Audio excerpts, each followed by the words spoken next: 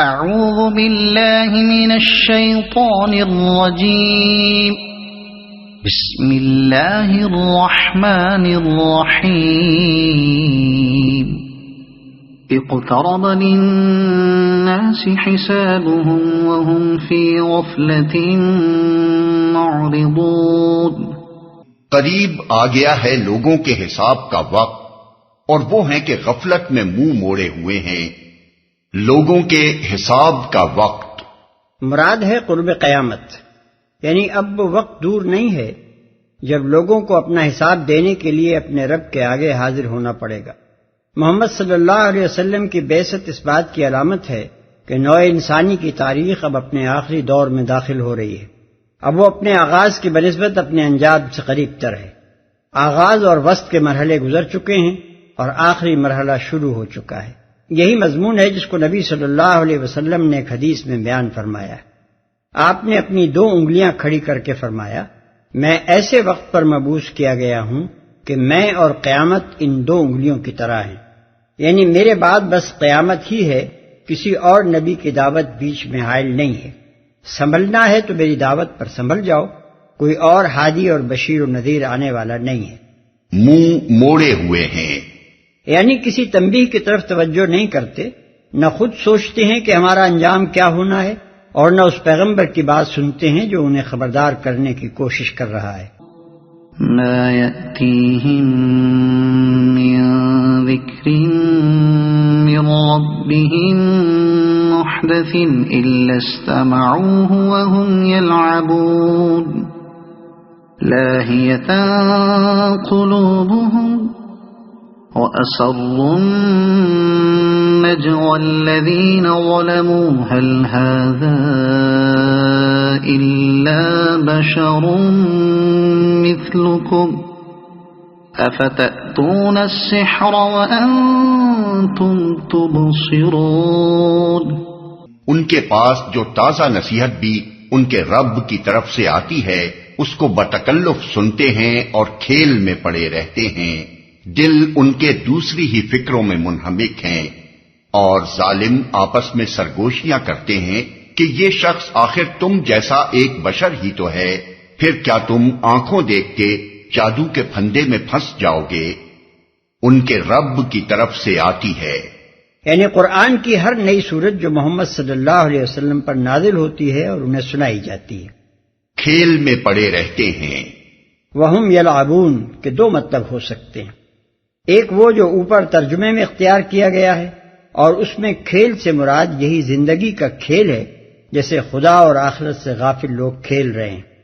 دوسرا مطلب یہ ہے کہ وہ اسے سنجیدگی کے ساتھ نہیں سنتے بلکہ کھیل اور مذاق کے طور پر سنتے ہیں۔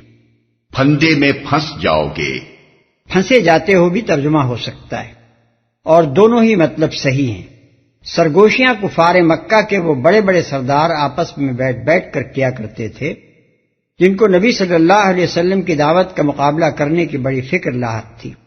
وہ کہتے تھے کہ یہ شخص بہرحال نبی تو ہو نہیں سکتا، کیونکہ ہم ہی جیسا انسان ہے، کھاتا ہے، پیتا ہے، بازاروں میں چلتا پھرتا ہے، بیوی بچے رکھتا ہے، آخر اس میں وہ نرالی بات کیا ہے جو اس کو ہم سے ممتاز کرتی ہو اور ہماری بنسبت اس کو خدا سے ایک غیر معمولی تعلق کا مستحق بناتی ہو؟ البتہ اس شخص کی باتوں میں اور اس کی شخصیت میں ایک جادو ہے کہ جو اس کی بات کان لگا کر سنتا ہے اور اس کے قریب جاتا ہے وہ اس کا گرویدہ ہو جاتا ہے۔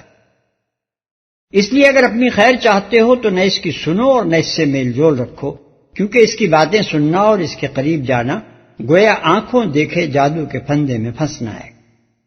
جس چیز کی وجہ سے وہ نبی صلی اللہ علیہ وسلم پر سحر کا الزام چسپا کرتے تھے، اس کی چند مثالیں آپ کے قدیم ترین سیرت نگار محمد ابن اسحاق متوفی 152 ہجری نے بیان کی۔ وہ لکھتا ہے کہ ایک دفعہ عتبہ بن ربیعہ جو ابو سفیان کے خسر اور ہند جگر خار کے باپ تھے، انہوں نے سرداران قریش سے کہا کہ اگر آپ لوگ پسند کریں تو میں جا کر محمد صلی اللہ علیہ وسلم سے ملوں اور اسے سمجھانے کی کوشش کروں۔ یہ حضرت حمزہ رضی اللہ عنہ کے اسلام لانے کے بعد کا واقعہ ہے، جبکہ نبی صلی اللہ علیہ وسلم کے صحابہ کی تعداد روز بروز بڑھتی دیکھ کر اکابر قریش سخت پریشان ہو رہے تھے۔ لوگوں نے کہا ابو ولید تم پر پورا اطمینان ہے، ضرور جا کر اس سے بات کرو۔ وہ حضور صلی اللہ علیہ وسلم کے پاس پہنچا اور کہنے لگا، بھتیجے، ہمارے ہاں تم کو جو عزت حاصل تھی تم خود جانتے ہو، اور نسب میں بھی تم ایک شریف ترین گھرانے کے فرد ہو۔ تم اپنی قوم پر یہ کیا مصیبت لے آئے ہو؟ تم نے جماعت میں تفرقہ ڈال دیا، ساری قوم کو بے وقوف ٹھہرایا، اس کے دین اور اس کے معبودوں کی برائی کی، باپ دادا جو مر چکے ہیں ان سب کو تم نے گمراہ اور کافر بنایا۔ بھتیجے، اگر ان باتوں سے تمہارا مقصد دنیا میں اپنی بڑائی قائم کرنا ہے تو آؤ ہم سب مل کر تم کو اتنا روپیہ دے دیتے ہیں کہ تم سب سے زیادہ مالدار ہو جاؤ۔ سرداری چاہتے ہو تو ہم تمہیں سردار مانے لیتے ہیں، بادشاہی چاہتے ہو تو بادشاہ بنا دیتے ہیں، اور اگر تمہیں کوئی بیماری ہو گئی ہے جس کی وجہ سے تم کو واقعی سوتے یا جاگتے میں کچھ نظر آنے لگا ہے تو ہم سب مل کر بہترین طبیبوں سے تمہارا علاج کرائے دیتے ہیں۔ یہ باتیں وہ کرتا رہا اور نبی صلی اللہ علیہ وسلم خاموش سنتے رہے۔ جب وہ خوب بول چکا تو آپ نے فرمایا، ابو الولید، جو کچھ آپ کہنا چاہتے تھے کہہ چکے ہیں یا اور کچھ کہنا ہے؟ اس نے کہا، بس مجھے جو کچھ کہنا تھا میں نے کہہ دیا۔ آپ نے فرمایا، اچھا اب میری سنو۔ بسم اللہ الرحمن الرحیم، حامیم، تنزیل من الرحمن الرحیم۔ اس کے بعد کچھ دیر تک مسلسل آپ سورہ حامیم السجدہ کی تلاوت فرماتے رہے اور عتبہ پیچھے زمین پر ہاتھ ٹیکے غور سے سنتا رہا۔ 38ویں آیت پر پہنچ کر آپ نے سجدہ کیا اور پھر سر اٹھا کر عتبہ سے فرمایا، ابو الولید، جو کچھ مجھے کہنا تھا وہ آپ نے سن لیا، اب آپ جانیں اور آپ کا کام۔ عتبہ یہاں سے اٹھ کر سرداران قریش کی طرف پلٹا تو لوگوں نے دور سے ہی اس کو آتے دیکھ کر کہا، خدا کی قسم ابو الولید کا چہرہ بدلا ہوا ہے، یہ وہ صورت نہیں ہے جسے لے کر وہ گیا تھا۔ اس کے پہنچتے ہی لوگوں نے سوال کیا، کہو ابو الولید کیا کر آئے ہو؟ اس نے کہا، خدا کی قسم آج میں نے ایسا کلام سنا ہے کہ اس سے پہلے کبھی نہ سنا تھا، واللہ یہ شعر نہیں ہے، نہ سحر ہے اور نہ کہانت۔ اے معاشر قریش، میری بات مانو اور اس شخص کو اس کے حال پر چھوڑ دو۔ اس کی باتیں جو میں نے سنی ہیں رنگ لا کر رہیں گی۔ اگر عرب اس پر غالب آ گئے تو اپنے بھائی کا خون تمہاری گردن پر نہ ہوگا، دوسروں پر ہوگا، اور اگر یہ عرب پر غالب آ گیا تو اس کی حکومت تمہاری حکومت ہوگی اور اس کی عزت تمہاری عزت۔ لوگوں نے کہا، واللہ ابو الولید تم پر بھی اس کا جادو چل گیا۔ اس نے کہا، یہ میری رائے ہے، اب تم جانو اور تمہارا کام۔ ابن حشام جلد اول صفحہ 313 اور 314۔ بہقی نے اس واقعے کے متعلق جو روایات جمع کی ہیں ان میں سے ایک روایت میں یہ اضافہ ہے کہ جب حضور صلی اللہ علیہ وسلم حامیم السجدہ کی تلاوت کرتے ہوئے اس آیت پر پہنچے کہ فَإِنْ أَعْرَضُوا فَقُلْ أَنذَرْتُكُمْ صَاعِقَةً مِثْلَ صَاعِقَةِ عَادٍ وَثَمُودَ، تو عتبہ نے بے اختیار آگے بڑھ کر آپ کے منہ پر ہاتھ رکھ دیا اور کہنے لگا کہ خدا کے لیے اپنی قوم پر رحم کرو۔ دوسرا واقعہ ابن اسحاق نے یہ بیان کیا ہے کہ ایک دفعہ قبیلہ عراش کا ایک شخص کچھ اونٹ لے کر مکہ آیا۔ ابو جہل نے اس کے اونٹ خرید لیے اور جب اس نے قیمت طلب کی تو ٹال مٹول کرنے لگا۔ عراشی نے تنگ آ کر ایک روز حرم کعبہ میں قریش کے سرداروں کو جا پکڑا اور مجمع عام میں فریاد شروع کر دی۔ دوسری طرف حرم کے گوشے میں نبی صلی اللہ علیہ وسلم تشریف فرما تھے۔ سرداران قریش نے اس شخص سے کہا کہ ہم کچھ نہیں کر سکتے، دیکھو وہ صاحب جو اس کونے میں بیٹھے ہیں ان سے جا کر کہو وہ تم کو تمہارا روپیہ دلوا دیں گے۔ عراشی نبی صلی اللہ علیہ وسلم کی طرف چلا اور قریش کے سرداروں نے آپس میں کہا، آج لطف آئے گا۔ عراشی نے جا کر حضور صلی اللہ علیہ وسلم سے اپنی شکایت بیان کی۔ آپ اسی وقت اٹھ کھڑے ہوئے اور اسے ساتھ لے کر ابو جہل کے مکان کی طرف روانہ ہو گئے۔ سرداروں نے پیچھے ایک آدمی لگا دیا کہ جو کچھ گزرے اس کی خبر لا کر دے۔ نبی صلی اللہ علیہ وسلم سیدھے ابو جہل کے دروازے پر پہنچے اور کنڈی کھٹکھٹائی۔ اس نے پوچھا، کون؟ آپ نے جواب دیا، محمد۔ وہ حیران ہو کر باہر نکل آیا۔ آپ نے اس سے کہا، اس شخص کا حق ادا کر دو۔ اس نے جواب میں کوئی چون و چرا نہ کی، اندر گیا اور اس کے اونٹوں کی قیمت لا کر اس کے ہاتھ میں دے دی۔ قریش کا مخبر یہ حال دیکھ کر حرم کی طرف دوڑا اور سرداروں کو سارا معاملہ سنا دیا اور کہنے لگا کہ واللہ آج وہ عجیب معاملہ دیکھا ہے جو کبھی نہ دیکھا تھا۔ حکم بن حشام یعنی ابو جہل جب نکلا ہے تو محمد صلی اللہ علیہ وسلم کو دیکھتے ہی اس کا رنگ فق ہو گیا، اور جب محمد صلی اللہ علیہ وسلم نے اس سے کہا کہ اس کا حق ادا کر دو تو یہ معلوم ہوتا تھا کہ جیسے حکم بن حشام کے جسم میں جان نہیں ہے۔ ابن حشام جلد 2 صفحہ 29 اور 30۔ یہ تھا شخصیت اور سیرت و کردار کا اثر اور وہ تھا کلام کا اثر۔ جس کو وہ لوگ جادو قرار دیتے تھے، اور ناواقف لوگوں کو یہ کہہ کہہ کر ڈراتے تھے کہ اس شخص کے پاس نہ جانا ورنہ جادو کر دے گا۔ قال ربي يعلم القول في السماء والأرض وهو السميع العليم۔ رسول نے کہا میرا رب ہر اس بات کو جانتا ہے جو آسمان اور زمین میں کی جائے، وہ سمیع اور علیم ہے۔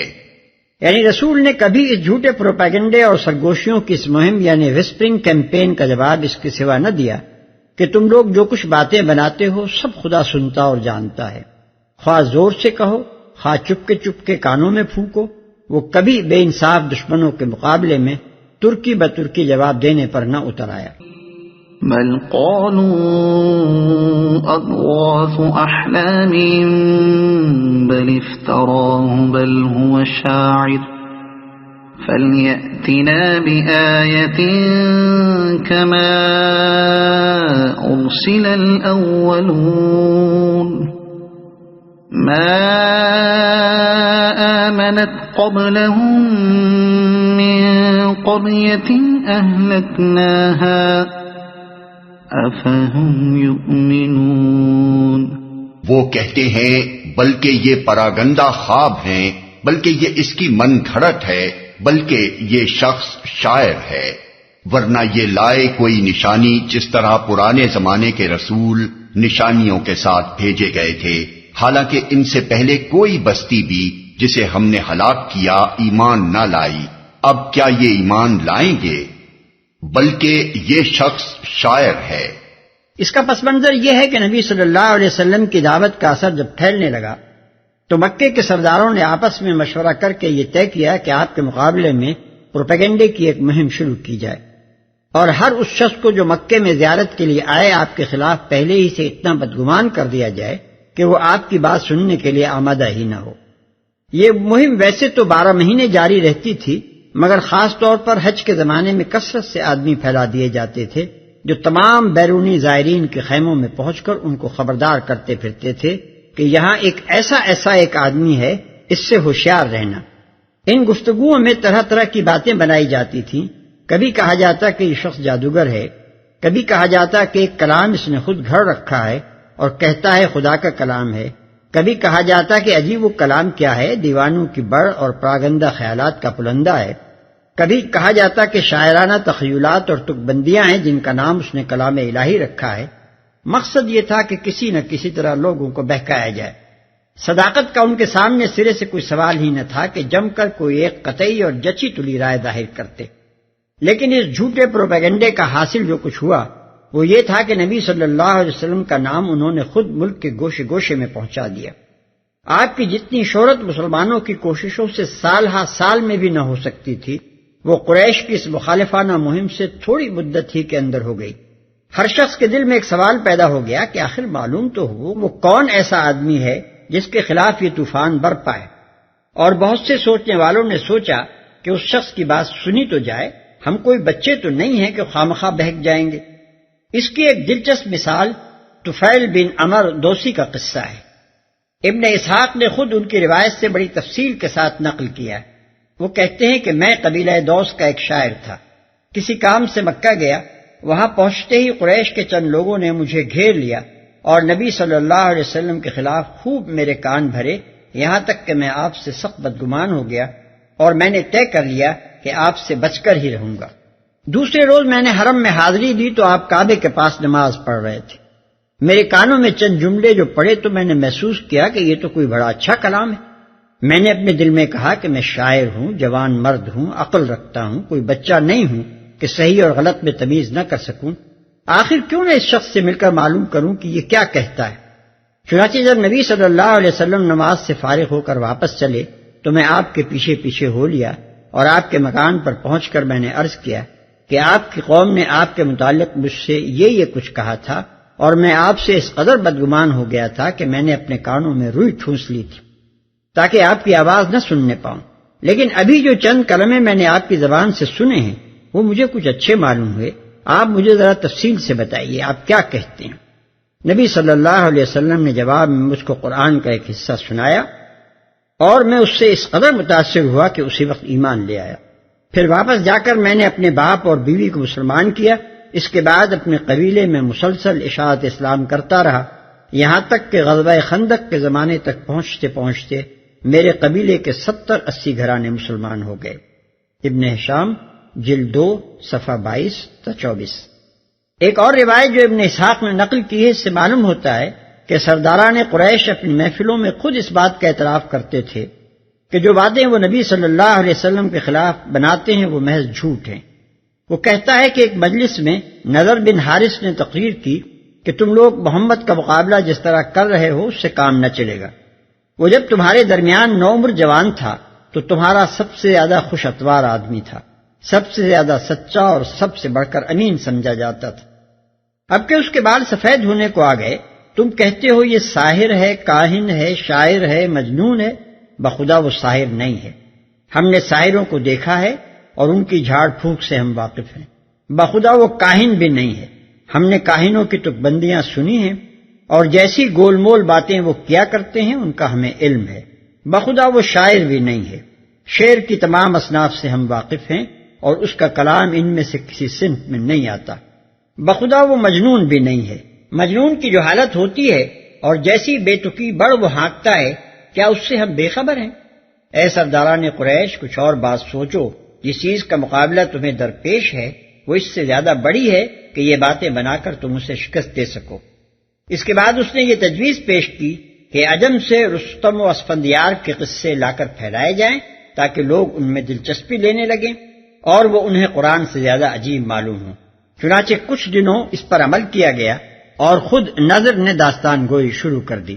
ابن ہشام جلد اول صفحہ 320-321۔ اب کیا یہ ایمان لائیں گے؟ اس مختصر سے جملے میں نشانی کے مطالبے کا جو جواب دیا گیا ہے وہ 3 مضمونوں پر مشتمل ہے۔ ایک یہ کہ تم پچھلے رسولوں کی سی نشانیاں مانگتے ہو مگر یہ بھول جاتے ہو کہ حق دھرم لوگ ان نشانیوں کو دیکھ کر بھی ایمان نہ لائے تھے۔ دوسرے یہ کہ تم نشانی کا مطالبہ تو کرتے ہو مگر یہ یاد نہیں رکھتے کہ جس قوم نے بھی صریح معجزہ آنکھوں سے دیکھ لینے کے بعد ایمان لانے سے انکار کیا ہے وہ پھر ہلاک ہوئے بغیر نہیں رہی ہے۔ تیسرے یہ کہ تمہاری منہ مانگی نشانی نہ بھیجنا تو تم پر خدا کی ایک بڑی مہربانی ہے۔ اب تک تم انکار پر انکار کیے جاتے رہے اور مبتلا عذاب نہ ہوئے، کیا اب نشانی اس لیے مانگتے ہو کہ ان قوموں کا سنجام دیکھو جو نشانیاں دیکھ کر بھی ایمان نہ لائیں اور تباہ کر دی گئی؟ وما أرسلنا قبلك إلا رجالا نوحي إليهم فاسألوا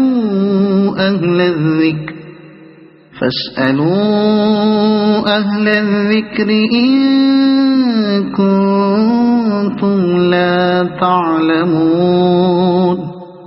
اور اے محمد، تم سے پہلے بھی ہم نے انسانوں ہی کو رسول بنا کر بھیجا تھا جن پر ہم وحی کیا کرتے تھے۔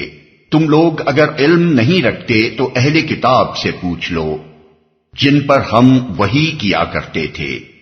یہ جواب ہے ان کے اس قول کا کہ یہ شخص تم جیسا ایک بشر ہی تو ہے۔